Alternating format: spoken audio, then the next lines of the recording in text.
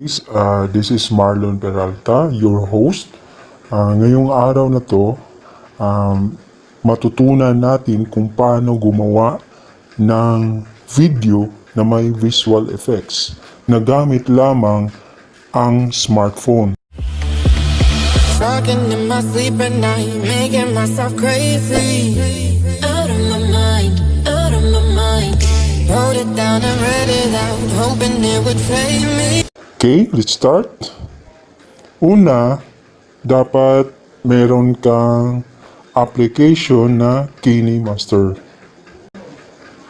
KineMaster, ito ang ginagamit ko lagi habang nag-i-edit po ako ng video. Ito magandang gamitin, halimbawa pag ikaw ay nagba-vlog at kumukuha ng mga picture, kasi dito updated lahat. I-click mo lang to, ito mga samples ng mga pictures ko, mga gawa ko na video. I-click mo lang dito, click mo lang dito, may tatlong hugis kang nakikita. Ito yung mga screen na sample na makikita natin sa application ng KineMaster. Una, itong square na to, yung screen na gaano kalaki, yung screen na makikita sa gawa mo ng video. Yung pangalawa, itong mahaba is pahaba naman siya, yan yung screen na makikita ng video mo. Ito din yung pinaka-una, yung rectangle, ito yung screen na dati kong at lagi kong ginagamit. Ito, i-click natin. Pag-click natin ito na lumabas. Pupunta tayo sa YouTube, mga kaibigan. Kasi ito yung pinaka-highlights, mga kaibigan, yung paano ang mga sekreto ng mga vloggers. Dito nakukuha yung mga visual effects. Search natin yung green screen effects, visual effects. Tapos, dahil trending ngayon yung coronavirus, search muna natin yung coronavirus. Tapos, may na-search na tayo dito na lang. Click natin yan. Tapos, pipili lang po tayo ng sample kung ano ang gagamitin na green screen natin dyan. Tapos, ito lang, sample. Click natin yan. Pag lumabas, kung nagustuhan yung visual effects na yan, kung babagay din dun sa video nyo, pwede na yan. Tapos, kung paano ba yan ilagay doon sa KineMaster, ito gawin natin. Ito, i-click lang natin yung share. Tapos may lalabas na copy link. Ito yung click natin, yung copy link. Tapos doon tayo pupunta sa Chrome. Punta muna tayo sa Chrome. Hanapin natin yung YouTube downloader. Tapos pag may YouTube downloader, ito yung lalabas. Ang lalabas niyan, save from .net. Tapos paste natin yung URL, tapos lalabas yung video dyan. Pagkalabas ng video dyan, mga kaibigan, yan yung i-download na natin. Antayin na natin saglit. Ito, download na.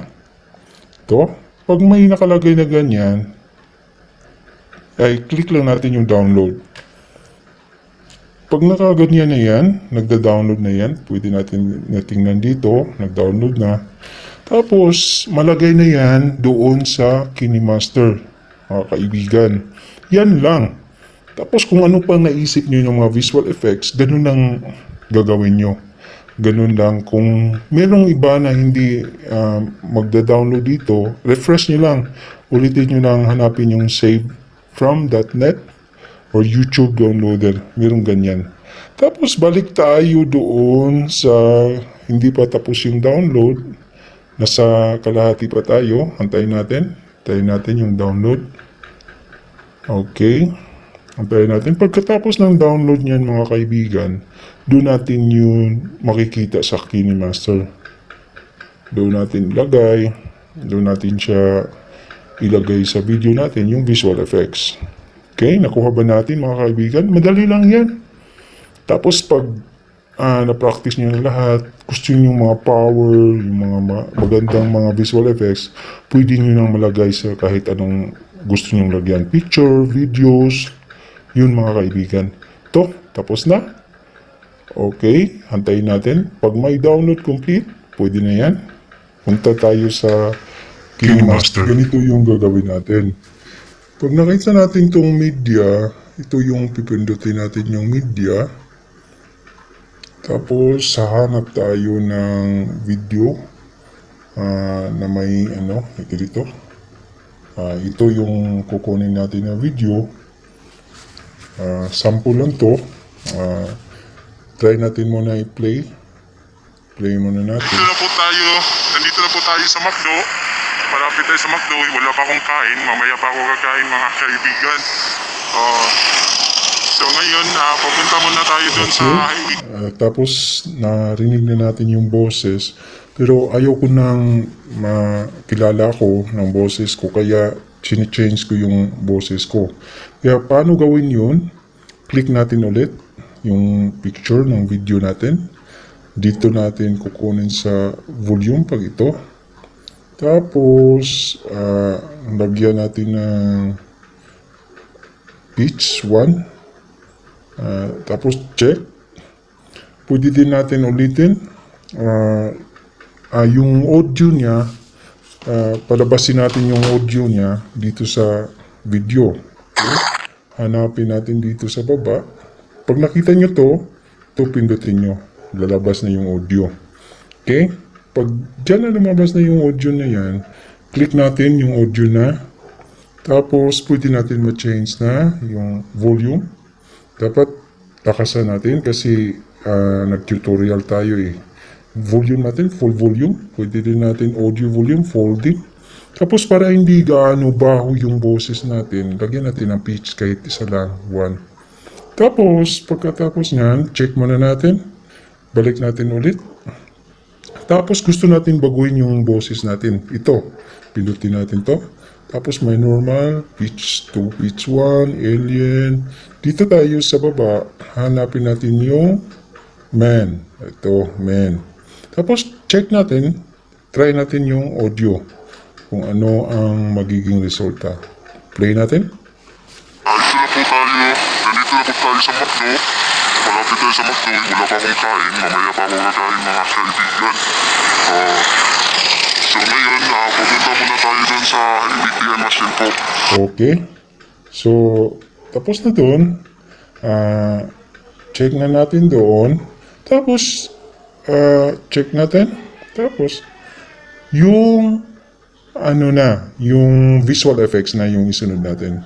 Pwede natin, dito natin kukunin yung visual effects sa layer para madami natin mailagay dyan. Okay? Dito layer, media, pindutin natin yung media, tapos yung download. Ito download. Tapos kung ano ilagay natin, yung coronavirus, ito yung lagay natin. Tapos green screen yan, i-full muna natin, depende sa dahil green yan, anuhin natin siya, lagyan natin na check muna natin, dahil green siya, palakihin natin siya, tapos okay, click natin ulit, check na, click natin, hanapan natin na chroma key. Yung chroma key dito mo hanapin sa baba kung hindi nyo nakita doon. Kita nyo na ba? Ito. Lumabas na siya. Ito yung chroma key. Ito, pindutin natin yung chroma key, tapos i-enable natin. Pag enable, may lumabas na yan. May green. Pindutin natin yung key color. Tapos, yung hanapin natin na color dyan, green din. Okay? Green. Okay. Green din pindutin natin. Tapos, check. Tapos, try natin. Kung anong kinalagay. Nandito na po tayo sa McDo. Malapit tayo sa McDo. Wala pa akong kain. Mamaya pa ako kakain mga kaibigan. Ano lang? Mabilis lang mga kaibigan. Paano Pupunta nilagay tayo ng dun sa ATM machine po. Tapos, parang malakas yung boses. Up. Push muna natin. Yan lang tapos dito may sobra siya dito. Dapat cut mo rin yan. Para trim mo yan to right side. Ito na, okay na siya. Tapos yan lang. Tapos kung ano nyo pang naisip na gawin na visual effects, doon na tayo ulit doon magsisearch sa YouTube. Doon tayo kukuha ng mga visual effects na green screen din. Kung anong nasa isip nyo, pwede nyo lagyan dyan ng mga monster, mga vehicles, mga crash na jet fighter, pwede dyan. Okay? Okay? Kuha ba natin mga kaibigan? Yan lang at watch out for more videos na gagawin natin yung mga visual effects. Ito ay pasiuna lang muna na mga gagawin natin na visual effects na malalaman nyo dito lang pala makukuha sa KineMaster. Hanggang sa muli, don't forget to like, subscribe, and click the bell button para updated kayo sa mga bagong videos. Goodbye! God bless! Talking in my sleep at night, making myself crazy. Out of my mind, out of my mind. Wrote it down and read it out, hoping it would save me.